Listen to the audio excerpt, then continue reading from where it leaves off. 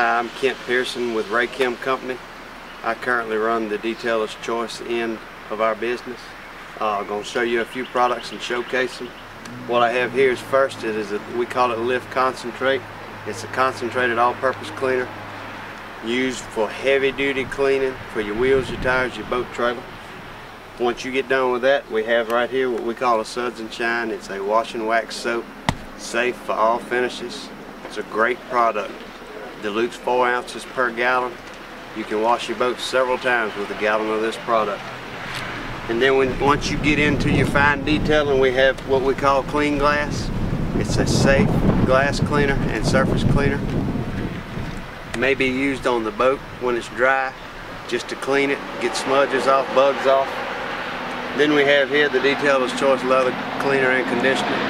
Cleans seats, your leather, it protects it all in one going. Then you have an Insta-Shine coating. It's like a dressing. You can pinpoint your tires, your wheels, your gadgets, all of your electronic instruments. It will keep them coated and keep them from dry rotting. And then we have here our Quick Detailer Wax, which is a dry wash and wax. You can protect your boat. It provides 8 to 10 weeks of protection between cleanings. It may be used dry or wet, either way. Questions about these products or want to inquire about them, you can contact us at www.raykimco.com or 434-724-7534. Thank you.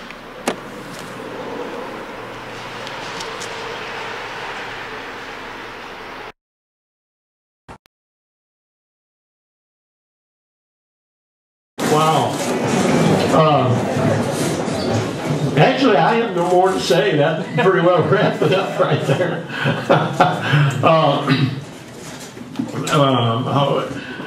thought I can't talk before we eat. When do we eat?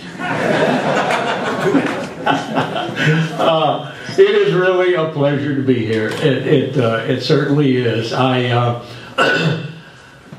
hope that we can have some fun here. I know you're going to have a big time the next few days. I hope everybody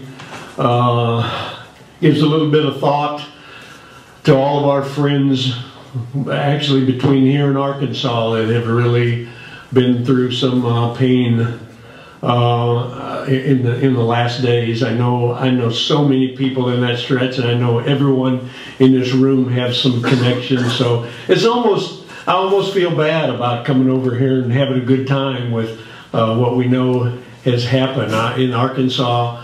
In the last 3 weeks, I guess, we've had 25 to 35 tornadoes touch down, a lot of deaths, a lot of floods, and boy, it's just been a mess. But I guess we just need to go on and have our good time, because that's the way it's supposed to be, I guess. I know I live, like he said, I live in Flippin, Arkansas.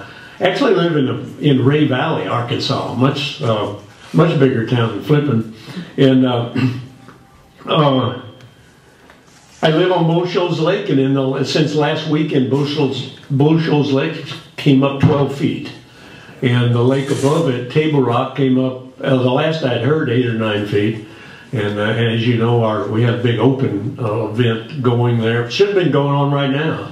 Everything is canceled, and I'm telling you what, Bull Shoals Lake is a giant lake.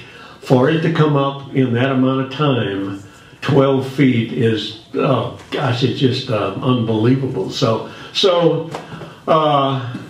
with that said, though, I'd like to tell you a story, a funny story that I told some folks the other day, and they weren't as, you know, it didn't go, the story didn't go over so great, because these weren't really dyed-in-the-wool bass fishermen. You guys are going to get this a little bit. Incidentally, a little younger than you thought, huh? Come on. Jeez. Be 75 in June. And if you're worried about a guy being able to handle things at that age, well, come follow me a few days, or even better than that, let's go to the racquetball court and spend an hour out there, and then you'll feel a lot better, I believe. But it is never a compliment to come up to me and say, I was watching you on TV when I was this young. And I get that a lot. And I laugh and my heart breaks and so on, you know. But anyway, I want to tell you this story. You guys will understand. You know, there's 3 or 4 levels of bass fishermen, and you guys are at the top. You know, you're really serious about it and love it, and that's how I am. And I fished in a tournament a couple of years ago on Sam Rayburn Reservoir, and it was in February, and the weather was really cold. And the last day of practice, I had anyway 2 or 3 days of practice. I was only doing where the hoot, and so I went out on the last day, try to find something, and there weren't that many boats on the lake that day because it was really windy. Rayburn's a terrible lake in the wind, and it was cold and nasty. The last day, not very many went, so I couldn't put in on the end of the lake where I was at because it was just too rough. So I knew a little ramp way up on the other end of the lake. And so I drove way up there, and sure enough, nobody there. I will be able to fish a couple of areas up there because I was on the good side of the lake. And so I'm putting my boat in. I put my boat in, and it's sleeting. I put my boat in, and I lost it, and it floated out to about the back wall there and hung up in a bush. And there I am. And there's no one in that area. Is there anybody going to come use this ramp? And there's no one even going by that, you know, it's just barely getting light.